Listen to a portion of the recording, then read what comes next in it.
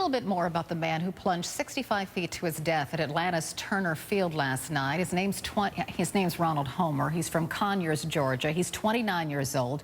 He fell from an upper level near a concession area inside the stadium, and he fell to the ground into a parking lot below. Reports say, in fact, the Associated Press is reporting that Homer worked as a landscaper, and he was a lifelong Braves fan. He's 29 years old, as I said. Police say the fall appears to be an accident. Venue safety expert Stephen Adelman joins me now. Welcome. Good morning. So we're all trying to figure out how exactly this happened, and we're working on a live shot out at Turner Field so we can show people exactly where this poor man fell to his death. He was outside from where the seats are, right? He was in the concession area. And apparently, according to the Associated Press, he had called his mother right before he fell and said he was going to go back and sit down because he was in the concession area because it was raining.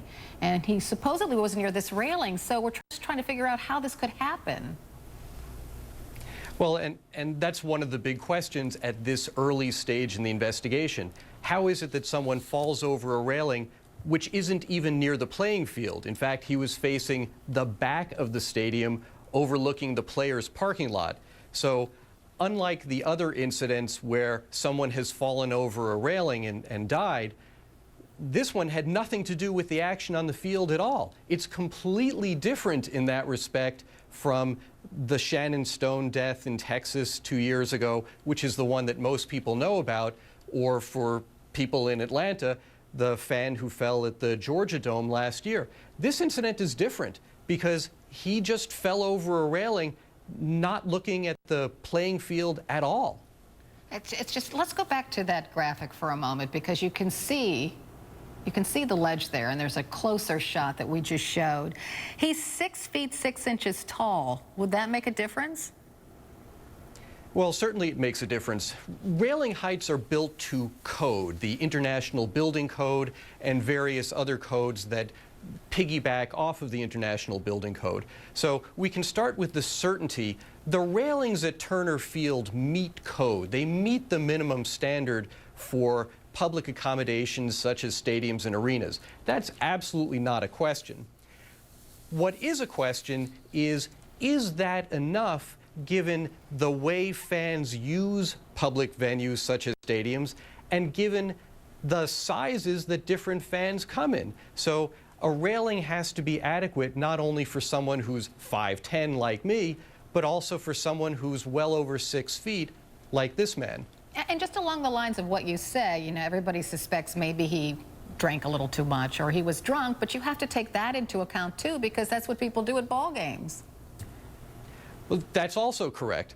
And so the venue has a duty to deal with the fans as they know fans come to the venue. So fans come in all shapes and sizes, all different abilities, balance, coordination, perception. All those things are a function of alcohol that they may have purchased at the ballpark, any other substances that may be in their system, anything that the venue reasonably knows or should know about its patrons, all have to factor into how does the venue deal with them in order to keep them as safe as reasonably possible while they're at the ballpark. So just to button this all up, can we prevent this from happening again? Prevent it? Probably not. What the ballpark can and must do, what every public accommodation can and must do, is look at how do people use this place and what can we do to make it as safe for the things that we can reasonably foresee as we can. Crazy things happen, and those crazy things can't be foreseen and probably can't be prevented. What we don't know at this point is, was this a crazy freak accident, or was this something that was reasonably foreseeable? For that, time will tell. All right. Stephen Adelman, thank you so much for sharing your thoughts this morning. We appreciate it. Thank you.